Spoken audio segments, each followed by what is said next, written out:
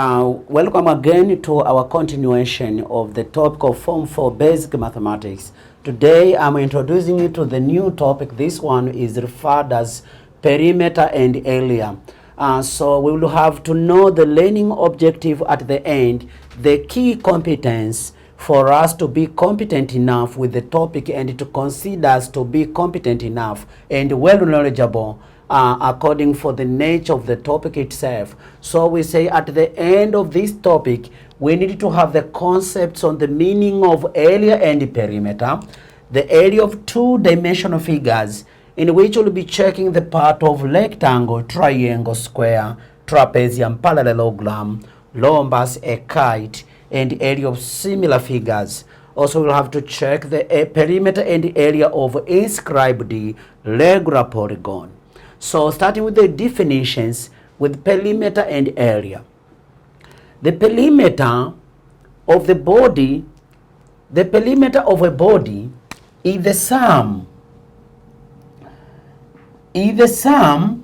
of all sides or edges around the shape. Its SI unit is going to be expressing in meter, centimeter, millimeter, kilometer, etc. So we say when you have the shape like this, the perimeter will be summing along the sides, shape like this, summing this and summing this and this, now you are getting the perimeter. It is not a new concept. We covered this in Form 1. So it's just the sum of all dimensions along the shape, expressing the units according to the given units of the dimension. So we say the area of the body is the amount of surface that covers the shape. So you have the shape like this. Finding the entire amount of this shape here is the one who gives the concept of the area.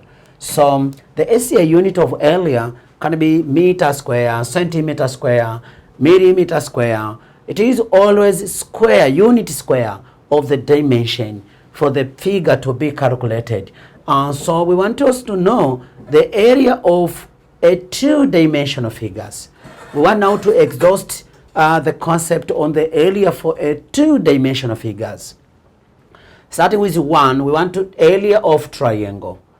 In a triangle, if you are given a height and base, area is simply a half times the height times base for the triangle like this. When given height and base, area becomes a half times the height times base.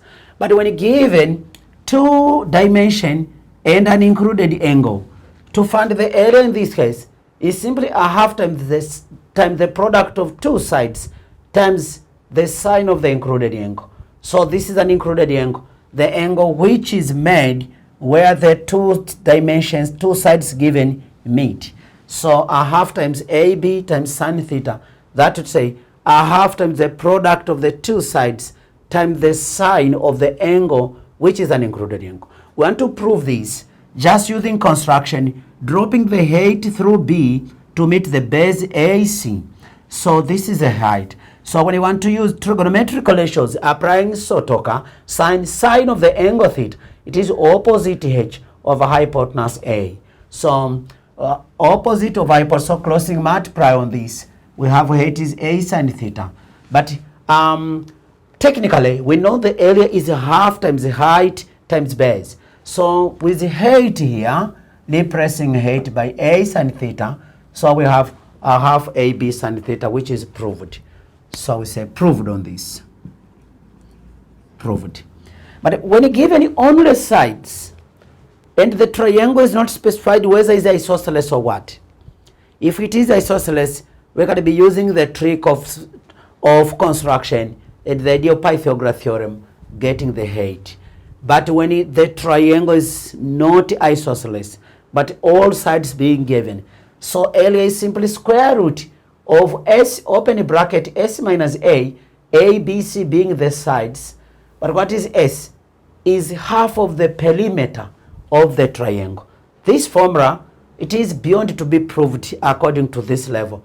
There was a special mathematician called Heloni, who deduced the formula, and we are using it. We'll be proving it later on for the further stage. But this time we'll only stick and end up applying the formula on finding the area. It is very true. You're going to be checking if the formula holds if you have a triangle in which you can have all sides and the height, so try to use the formula of height and use Helen's formula, and then you'll find the two formulas works to give the area for the triangle. Okay, let's go now with the other part.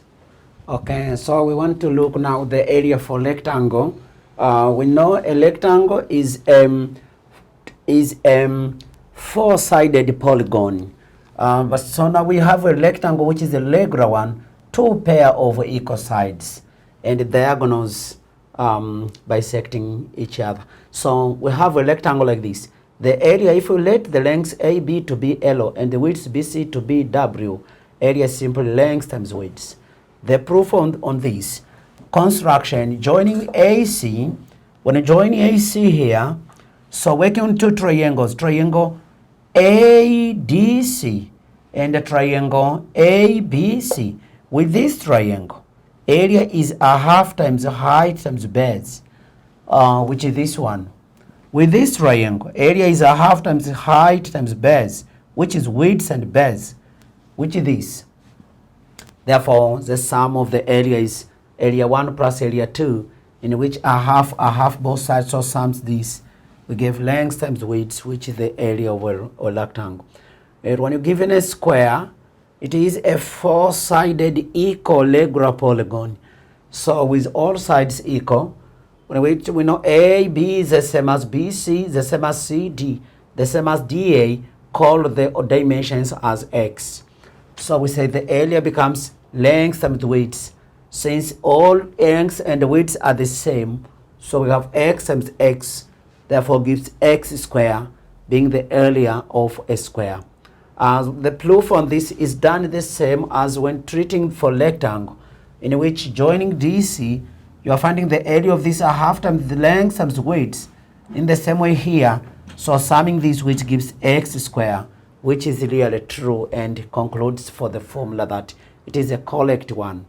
We're going to be using alternative way, determining the area of a square when given diagonals. When given diagonals, let's say the diagonal DB is given at the diagonal AC. So working with two triangles, triangle BAD and a triangle BCD.